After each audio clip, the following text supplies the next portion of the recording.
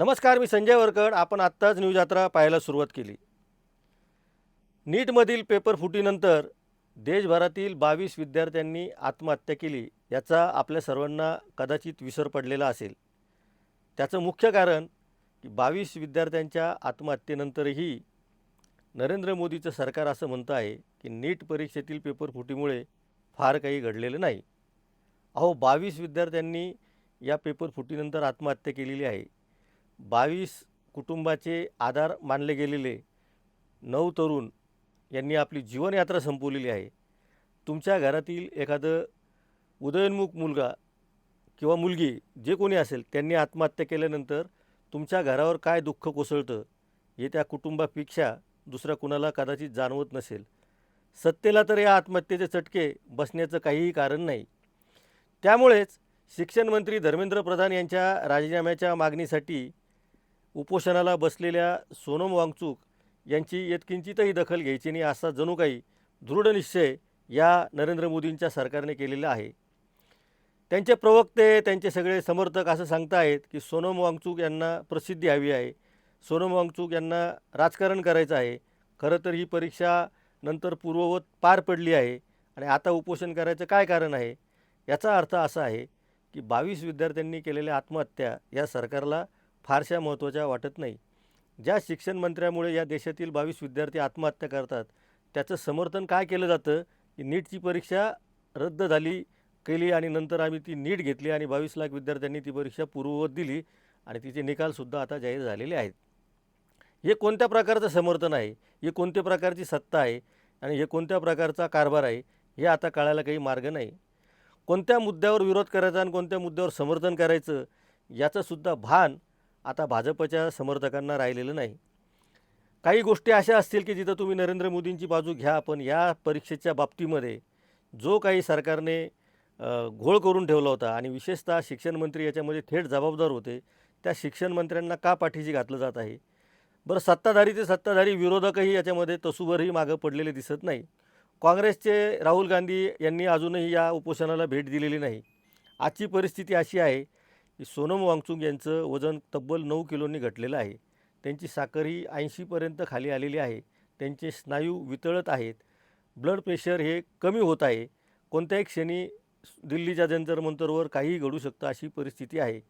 सोनम वांगचूक यांचा जीव वाचावा म्हणून राकेश कुमार सैनी नावाच्या एका नागरिकाने कोर्टामध्ये धाव घेतली आहे आणि त्यांना जबरदस्तीने अन्न ग्रहण करायला भाग पाडावं आणि त्यांना नळीद्वारे अन्न द्यावं अशी मागणी त्यांनी न्यायालयामध्ये केलेली आहे. या खऱ्या या नागरिकाच्या याचिकेमुळे पुढं काय घडतं, सोनम वांगचूक यांचं उपोषण मोडीत काढण्यासाठी त्यांना जबरदस्तीने उचललं जातं का, याकडे सगळ्यांचं लक्ष लागलेलं आहे. प्रत्यक्षात धर्मेंद्र प्रधान यांचा राजीनामा का घेतला जात नाही असा प्रश्न कुणीही विचारत नाही.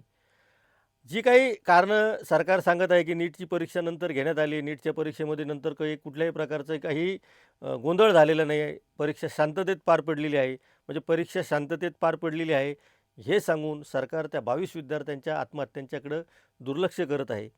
सरकारने हा आकडा स्वतः जाहीर करायला हवा की नीटच्या परीक्षेमध्ये देशभरामध्ये जी परीक्षा रद्द झाल्यानंतर किती विद्यार्थ्यांनी कोणकोणत्या राज्यामध्ये आत्महत्या केली आणि त्याला जबाबदार कोणाला धरायचं आहे. धर्मेंद्र प्रधान यांना जबाबदार धरायचं नसेल तर मग कोणाला जबाबदार धरायचे आहे. मुद्दा हा आहे की लोकांचा आवाज ऐकायचा नाही, लोकांना गृहीत धरायचं आणि म्हणून त्यांना रांगेत उभं करायचं. हा जो भारतीय जनता पक्षाचा अजेंडा आहे त्याला कुणीही विरोध करताना दिसत नाही. त्यामुळं नरेंद्र मोदीचं सरकार अक्षरशः मस्तवाल झालेलं आहे आणि या मस्तवाल सरकारला धडा शिकवण्यासाठी सोनम वांगचूक हे उपोषणाला बसलेलं आहे. ते असं म्हणतात की मी जर आत्ता उपोषण मागे घेतलं तर समाजामध्ये वेगळा निरोप जाईल की मला आणि कुणालाही विद्यार्थ्यांच्या बाबतीमध्ये उत्तरदायित्व नाही, कुणाला कुणाशी काही देणं घेणं उरलेलं नाही, या जगामध्ये काही झालं तरीही कुणी कुणाचा राहिलेला नाही असा मेसेज समाजामध्ये जाईल. ते असंही म्हणतात की मला उपोषण मागे घ्यायला सांगण्यापेक्षा तुम्ही सरकारला हे सांगा की ज्यांच्यामुळे हे सगळं घडलं त्यांनी सत्तेतून बाहेर पडलं पाहिजे. ते तुमचं काम आहे, तुमची जबाबदारी आहे. तुमचा बेजबाबदारपणा या सगळ्या गोष्टीला कारणीभूत आहे. जर तुम्ही त्यांच्यावर कारवाई केली तर लोकांपर्यंत एक मेसेज जाईल, एक संदेश जाईल की नाही, लोकांचा आवाज या सरकारमध्ये ऐकला जातो आहे. प्रत्यक्षात सरकारला हा आवाज ऐकायचाच नाही ही वस्तुस्थिती आहे. आता हे उपोषण अशा टप्प्यावर येऊन पोहोचलेला आहे की नरेंद्र मोदींच्या सोबत सत्तेमध्ये असलेले एन डी एमधील पक्षसुद्धा अस्वस्थ व्हायला लागलेले आहे. ही वस्तुस्थिती आहे.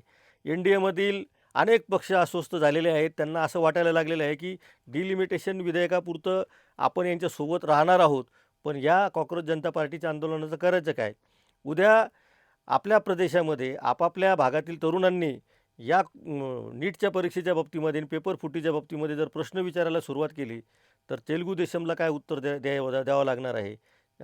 एकनाथ शिंदेच्या पक्षाला काय उत्तर द्यावं लागणार आहे राज्यामध्ये? हे वेगळं सांगणं नको. त्यामुळं राज्यामध्ये हे आंदोलन पोहोचण्याची शक्यता आता नाकारता येत नाही. आता जी बातमी येते आहे की कुणी पाठिंबा देणार आहे, कुणी दिल्लीला जाणार आहे, त्यावर अजून आपला काही विश्वास बसत नाही. कारण सोनम वांगचुक हे एकाकी लढाई लढत आहे. 22 लाख विद्यार्थ्यांच्या परीक्षेच्या संदर्भामध्ये झालेल्या एका प्रचंड मोठ्या प्रकरणामध्ये त्यांनी लक्ष घातलेलं आहे.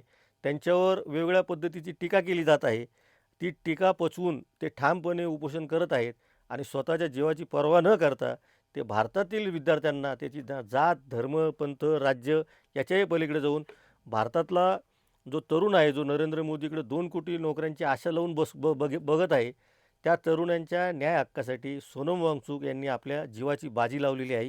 ही वस्तुस्थिती आहे.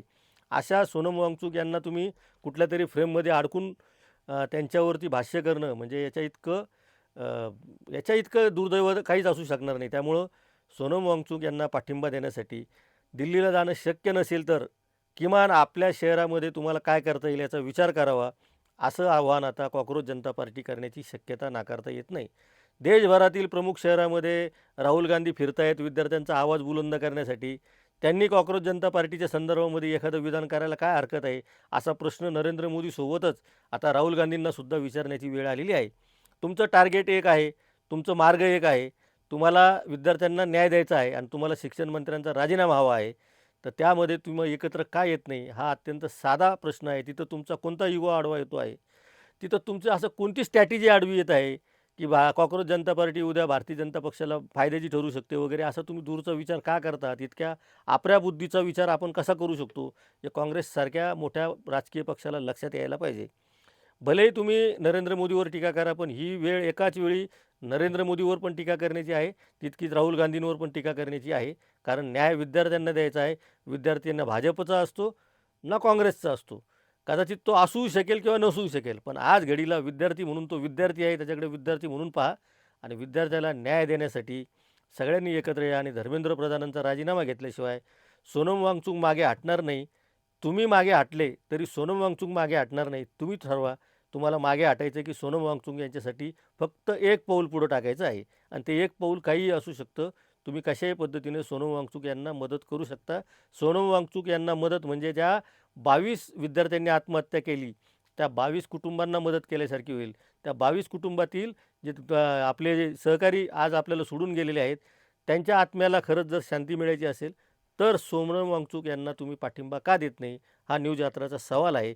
हा सवाल आम्ही वारंवार उपस्थित करणार आहोत आणि याच्यावर आम्ही दटून राहणार आहोत. त्यामुळे आपण पाहत राहा न्यूज यात्रा. हे आहे आपलं चॅनल.